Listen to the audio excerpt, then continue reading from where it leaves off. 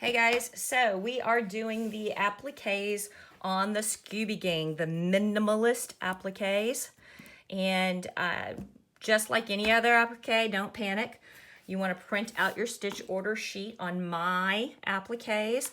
The first color that is usually the dye line is going to tell you the color of the fabric you need to use. You do not have to use that color thread. As a matter of fact, since this is a cartoon applique and it's going to be outlined in a thick satin when in black when all is done, I'd recommend that all of these colors, woohoo, except for the very last one, be done in black in a black bobbin, and it just makes your life easier. You're just going to have to, if you have a multi-needle, force stops. If you've got a single needle, it's going to automatically go, okay, that color stop's done, do what you got to do.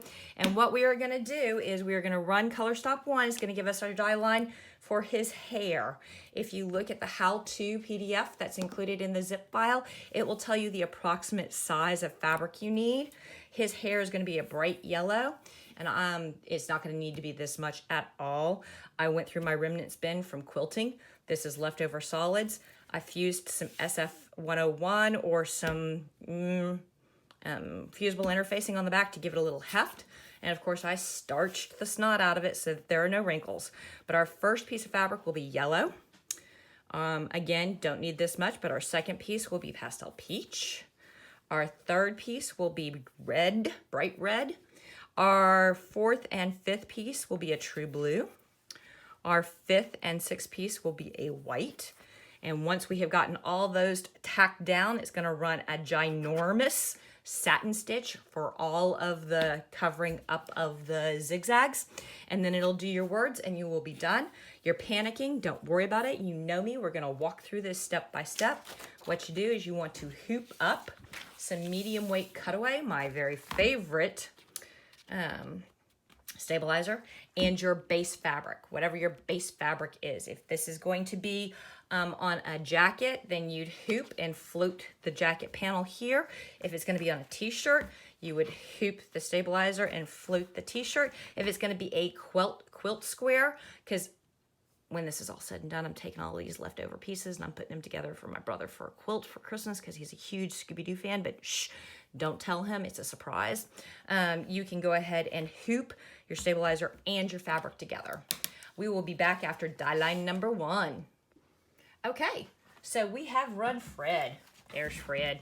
And Fred's hair is yeller, big yeller. All right, there we go. We're gonna float this little piece of fabric right over. We're gonna make sure we're covering our dye line, but we don't need to center it in this piece of fabric because I'm gonna use more later for something else, I'm sure. And now you don't need to spray it, you don't need to tape it, you don't need to tack it, you don't need to do anything. Just float it, put it back in the machine, run color stop 2. Back in a second. Hey, and look, Fred's not suffering from male pattern baldness. He got some hair, and it's time for us to trim. Now, the key to applique trimming, yay, is duckbill applique scissors. And you want to get as close to that zigzag line as you possibly can without actually cutting those stitches. Now, if you accidentally cut them, it is not a Greek tragedy because this is a zigzag stitch. 1 or 2 stitches snipped every 2 or 3 inches will not cause the whole thing to come unadhered. It will still stay in place until it goes back and does the satin. It's not a huge deal. The other thing that's not a huge deal is if you happen to go a little bit further outside your zigzags and you leave a little bit of fabric, on my applique patterns, don't panic. My zigzag is 1.5 millimeter. The satin that will finish this all off and make it look super cool and pretty at the end is 3 millimeters. So you have 0.75 millimeters of slop on each side. It's not going to be a big deal. And okay. Don't worry, this video is not going to be 8 hours long. You are not going to watch me cut the appliques for every single piece. I'll just come back between each color stop, tell you what we're doing, show you the start or the finish of it, and then we'll be on our way. These will be relatively quick and easy. Plus, your PDF, your how-to PDF, will tell you step by step what to do and how big each piece of fabric is supposed to be and what's going on and how it is. And boop! And I'm gonna save this piece of fabric for later for something else. And I'm gonna make sure that's that, blah, blah, blah. And now I'm gonna put Fred back in the machine and he's going to do color stop 3, which will tell us the dye line for his face. Look at that jawline. It is time to give Fred a face, or as much face as Fred's gonna get. So Fred, we're gonna flute that right there. We're gonna make sure it's nice and smooth, and we're gonna put it back in, run color stop 4. That's it, really, guys. Back in a second to show you how to trim out. There is Freddie, my man, with a face. So just like we did with his hair, we're gonna come in and we're gonna start just about anywhere. We wanna get that nice ripping run sound. If you can't get it because it's too small and it's a tiny little turn like that, you can go clip, clip, clip. You always wanna make sure, however, that the tip of your scissors is angled up a little bit so that you don't grab your base fabric, or in this case, because we've got an applique overlay coming right up here on his hair, you wanna be careful not to grab that yellow fabric and accidentally put a snip snip in his hair.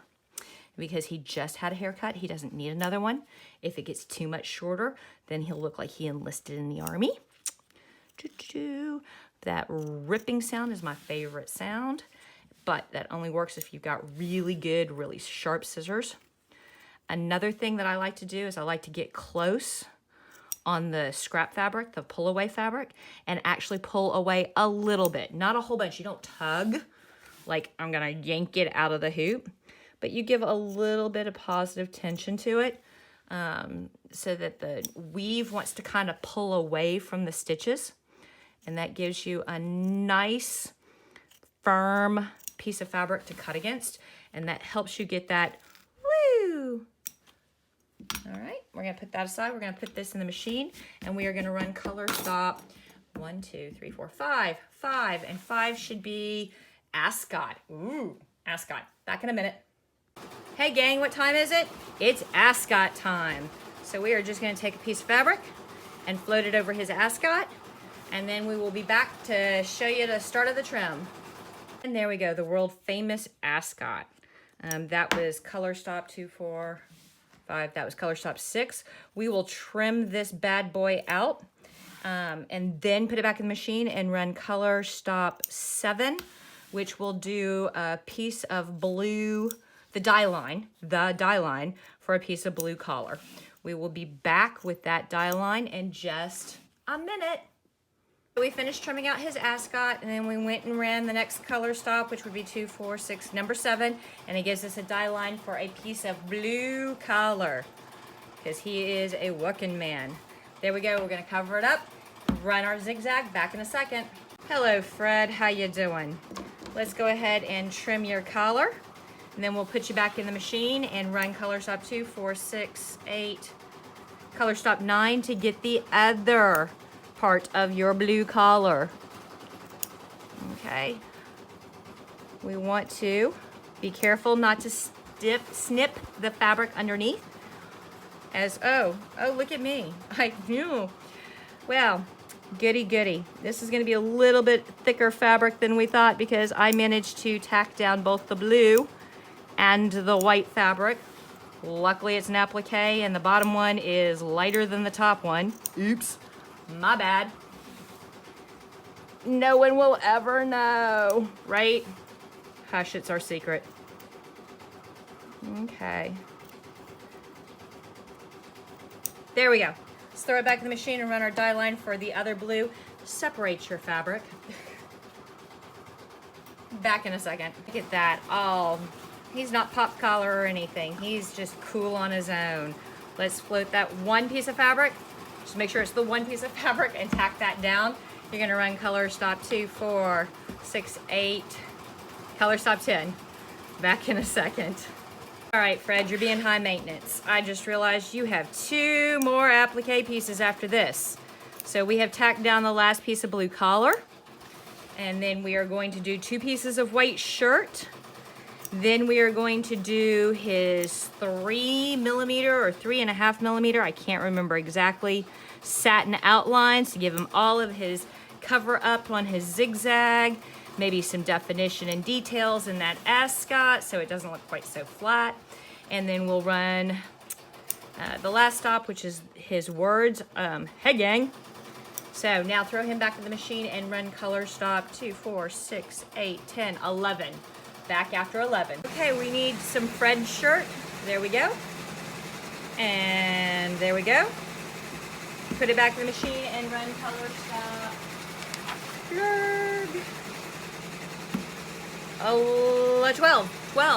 12. Back in a minute. Okay, we have almost a fully clothed Fred. Yay for Fred. We need to trim out this piece. We've got one more applique piece on Freddy Boy here. It's the other part of his shirt or sweater or whatever the heck it is. I guess it would be sweater since the blue is his shirt. He's got kind of that Letterman thing going on. There we go. So let's trim, and these are nice, easy, straight trims. Yay, I like that a lot.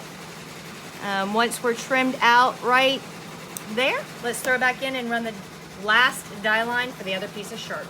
Freddy Boy's last dye line, so let's float some fabric right there and tack that down. Back in a second. Ooh.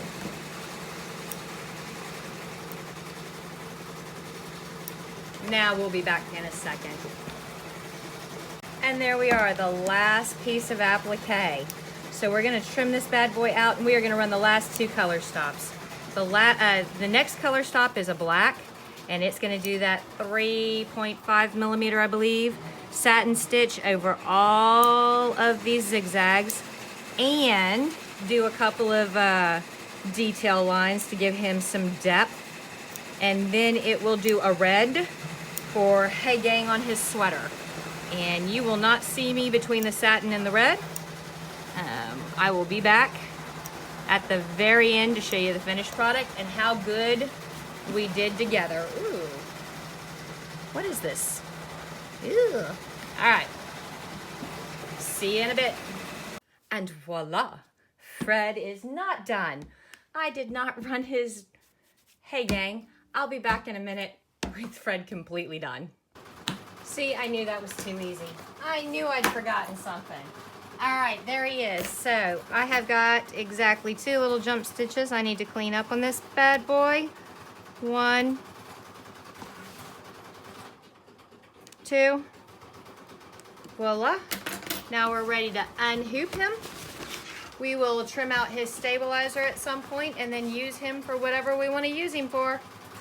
See how easy that was, guys? Applique is nothing to be afraid of.